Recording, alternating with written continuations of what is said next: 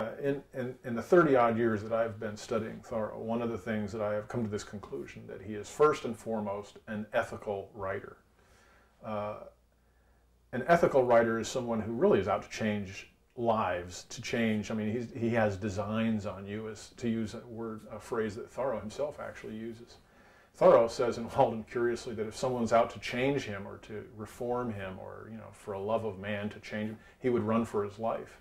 But he himself has those very impulses. But what he does, in an interesting way, he uses metaphors to explain what he's trying to do. At the very beginning of Walden, he puts a passage that's in the first chapter, but he extracts it and sticks it on the title page. And this is the passage, and it indicates the ethical dimension of the man, that he would put this at the very front of the book that he must have known would have been a classic. Here's what he says. I do not propose to write an ode to dejection, but to brag as lustily as chanticleer in the morning, if only to wake my neighbors up. So what he's doing here, what he says he's doing, he's basically proclaiming the good news. That's what a scripture does. A scripture means good news, basically. He's not writing an ode to dejection.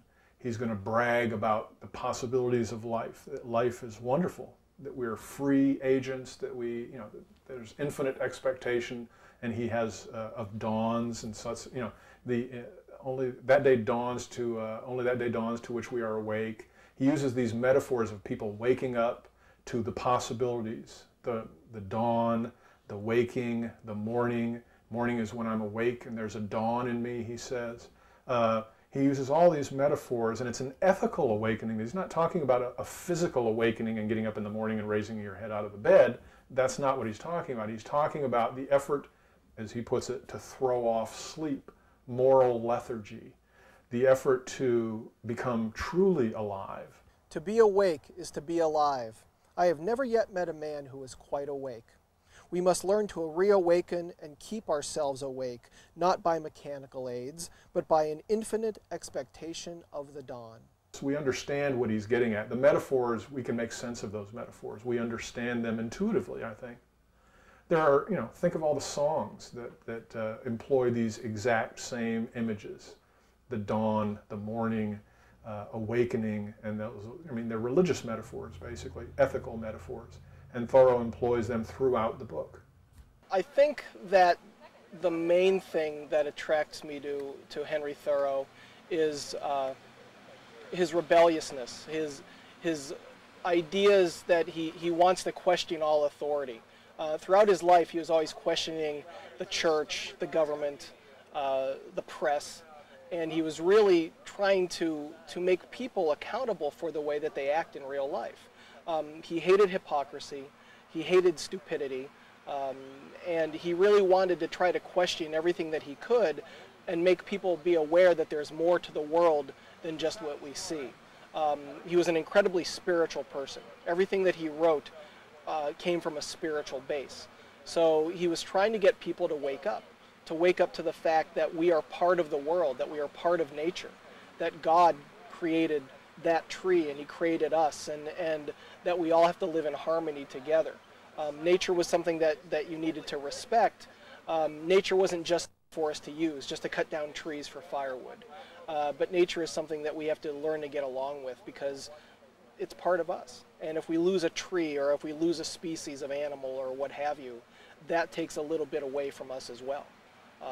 And so as a spiritual person, he really wanted people to wake up to that fact that we are all part of the universe, that we are all part of God's world, and that we need to act accordingly so that we're more aware of our place in the world as spiritual human beings. Well, Thoreau talks about, again, I think what's interesting is to take a look at the Concord, Massachusetts tradition of, that's where the Revolutionary War started. Here you have the Old North Bridge, the British confronting the Americans, and the Americans beginning the War of the Revolution, the War of Independence, the War of the Rebellion, whatever you would like to call it. They were asserting their freedoms as they believed they should have had them from the mother country, from England. And what Thoreau's doing, again, I think, is he's playing on the tradition of his very hometown. He was the only writer during the American Renaissance who was born and raised in Concord, Massachusetts. which has this wonderful legacy of freedom, and Thoreau's taking that legacy and running with it on an individual level. It's kind of basic that that Thoreau is doing this. So the issue, what he's doing is he's clearing a space for himself. In 1845, he's still a fairly young man, hasn't quite decided what to do. He's got a great education, Harvard education under his hatband, I guess you could say, not under his belt. And he goes out into the woods and he begins exploring some of the most fundamental questions in life. One of those, I would say, the most fundamental question is, to what extent can we be free? And that's a really critical question for every young person to ask himself or herself. In fact, you might say it's the question. It seems to be physiologically built into us to explore that in various ways. It manifests itself in teenage rebellion and so on. You're basically exploring the envelope. How free am I? What parameters can I legitimately have? And what Thoreau was doing was, again, he's a very intellectual, intelligent person going out into the woods and trying to find out how free he could be. The American tradition, the tradition of his hometown, had said that he was politically free. But what are you going to do with your political freedom? Now that you're free on a political level, what are you going to do on an individual level? How is that freedom going to manifest itself individually in you? And Thoreau was there exploring that. To what extent can I be free? There are certain ways in which you cannot be free. We cannot fly, for instance. That's obvious. But to what extent are you free?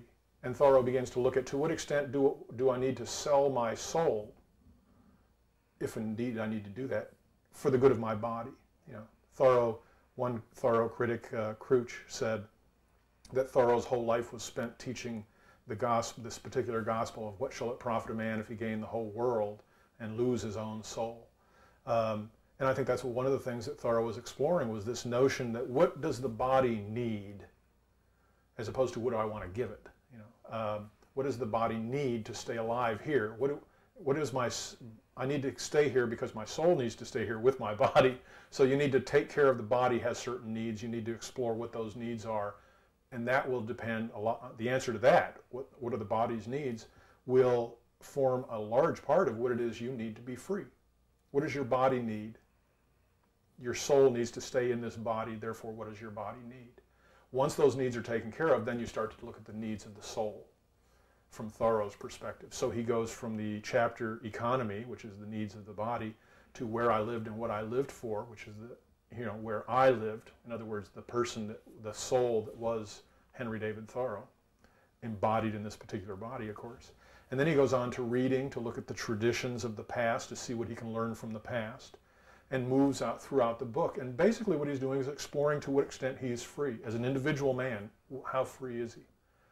Freedom is an enormously important concept for Thoreau, both because he's from Concord, Massachusetts, but also because he's at that stage in his life just breaking away from Ralph Waldo Emerson, who's the principal transcendentalist, who is at that time living in Concord, Massachusetts.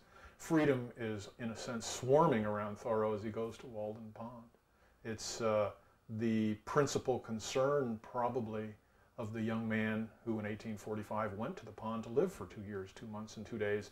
And the cool thing is, at the end of it, he wrote the book that basically answers the questions, how free are we? And Walden contains the answers, in a sense, the answers to that very, very important question. The American War for Independence, which ended in 1783, freed our government from the rule of a foreign power. But then the work was soon to begin to free our minds as well. In 1837, Ralph Waldo Emerson delivered one of his most famous speeches to Harvard College. That speech was called The American Scholar. And in that he said that our day of dependence, our long apprenticeship to the learning of other lands, draws to a close. The millions that around us are rushing into life cannot always be fed on the sere remains of foreign harvests. Events, actions arise that must be sung, that will sing themselves. We will walk on our own feet. We will work with our own hands. We will speak our own minds. And that was considered by many to be our declaration of intellectual independence.